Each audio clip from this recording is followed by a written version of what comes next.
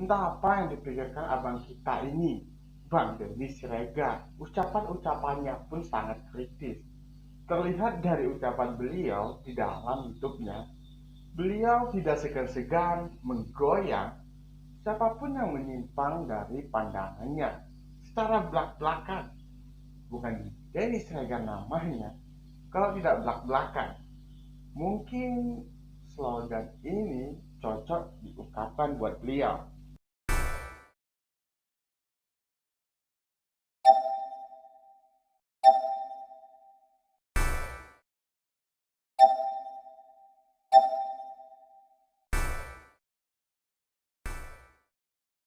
Wujud kecintaannya terhadap Indonesia terlihat jelas, di mana ia selalu menyampaikan sesuatu yang tidak semua orang mampu menyampaikannya.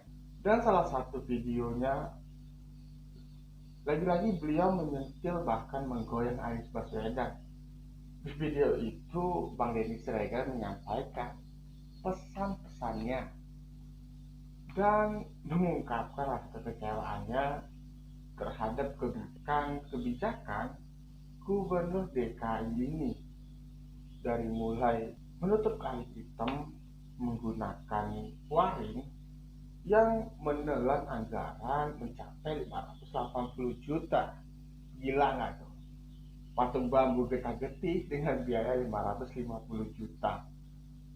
Dan sekarang kebijakan Anies yang mengecek genteng warga yang tinggal di flyover pun menjadi semburan abang kita satu ini.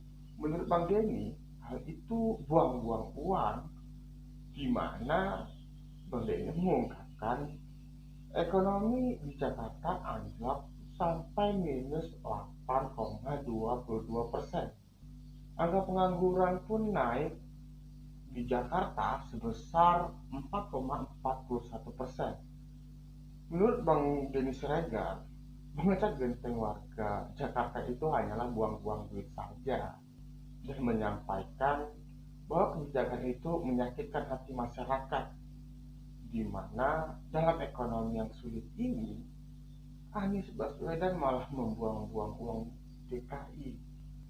Saya jadi teringat slogan yang sempat viral, gubernur jahat diawali dari menteri yang dipecat.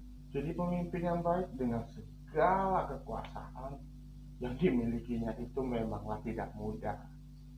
Tapi yakinlah, ketika seseorang menjadi pemimpin dan diberi kekuasaan, akan lebih mudah untuk berbuat baik.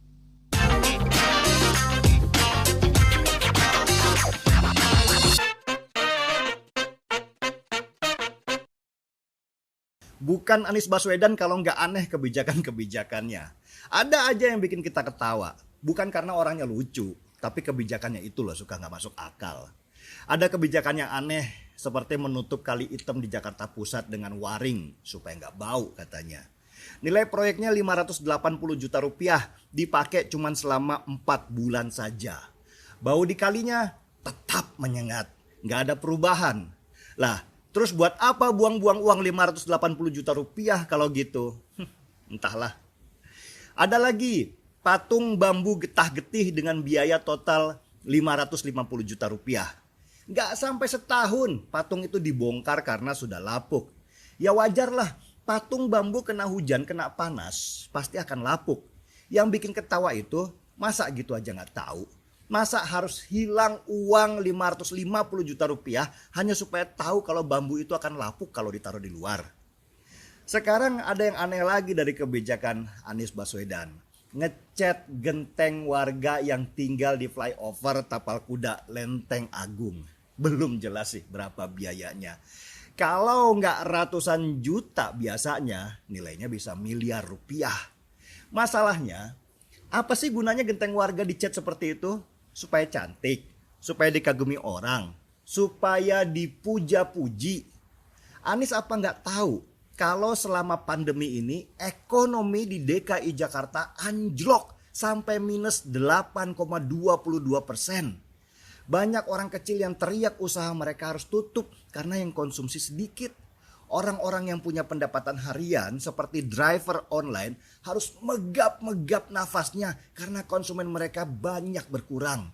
Pabrik juga banyak yang mengurangi produksinya karena pembelian melambat, sehingga mereka juga mengurangi jumlah karyawan-karyawannya. Pengangguran naik di Jakarta sebesar 4,41%, dan Jakarta dinobatkan oleh BPS sebagai provinsi dengan tingkat pengangguran tertinggi di Indonesia. Anies lupa dengan data-data itu. Lah, sudah jelas kita ada dalam masalah besar karena pandemi ini. Ekonomi tidak berputar, masyarakat kecil banyak yang menganggur dan lapar. Lalu bagaimana mereka bisa menikmati genteng warna-warni yang lu bangga-banggakan itu? Apa orang itu bisa dikasih makan genteng berwarna? Atau cuman dihibur dengan kata-kata, bagus ya gentengnya, harusnya kalian bangga punya gubernur yang bisa ngecat gentengnya jadi berwarna.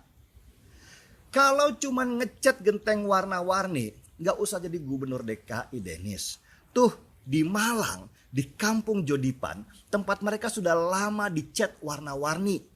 Mereka juga dulu mencat daerahnya dengan warna-warni bukan untuk gagah-gagahan atau untuk bagus-bagusan, tapi untuk menjadikan daerah mereka daerah pariwisata. Dengan begitu, ekonomi warga sekitar meningkat karena banyak orang yang berkunjung ke sana. Jadi, mereka mengecat dinding dan gentengnya itu punya tujuan. Tujuannya adalah ekonomi. Lah, ini genteng di Jakarta dicat warna-warni, tujuannya apa? Cuma pengen dipuja-puji doang? Apa bermanfaat buat warga sekitar secara ekonomi? Atau untuk warga Jakarta secara keseluruhan? Nggak ada kan? Apalagi buang-buang duit ini dilakukan waktu pandemi. Di saat orang butuh uang, apa yang dilakukan Anies Baswedan dengan pemborosan uang itu menyakitkan hati banyak orang. Tapi memang ciri khas pemimpin daerah yang gak bisa kerja adalah dia selalu mencoba mengalihkan perhatian warga dengan hal-hal yang tidak berguna. Ada yang pakai agama, ada yang pakai citra, dan ada juga yang model seperti Anies itu supaya dibicarakan orang. Paling gampang memang buat sesuatu yang bisa dilihat daripada hasil kerja yang bisa dirasakan tapi gak bisa dipandang. Sebenarnya gak ada masalah sih Anies mau ngecat seluruh genteng warga Jakarta dengan warna-warni. Masalahnya adalah urgensi atau skala prioritas. Kalau dilaksanakan di saat semua sudah beres, gak ada pandemi, ekonomi kita berputar sehat, dan Jakarta kelebihan duit misalnya, maka gak ada yang protes. Asik-asik aja tuh. Kadang memang kita butuh keindahan, meski juga gak berguna. Skala prioritas, itulah yang dilupakan Anies Baswedan. Anies tidak punya empati apa yang paling dibutuhkan warganya sekarang ini. Atau mungkin juga Anies gak lupa. Cuman dia lagi terkenang masa kanak-kanaknya waktu di TK yang belajar di ruang warna-warni sambil nyanyi-nyanyi. Makan apa, makan apa, makan apa sekarang? Sekarang makan apa sekarang? Jangan sampai ada yang jawab, makan uang Formula E, makan uang Formula E.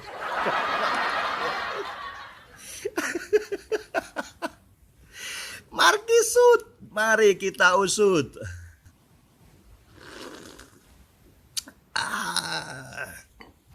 Saya Denny Siregar, kita di acara Timeline.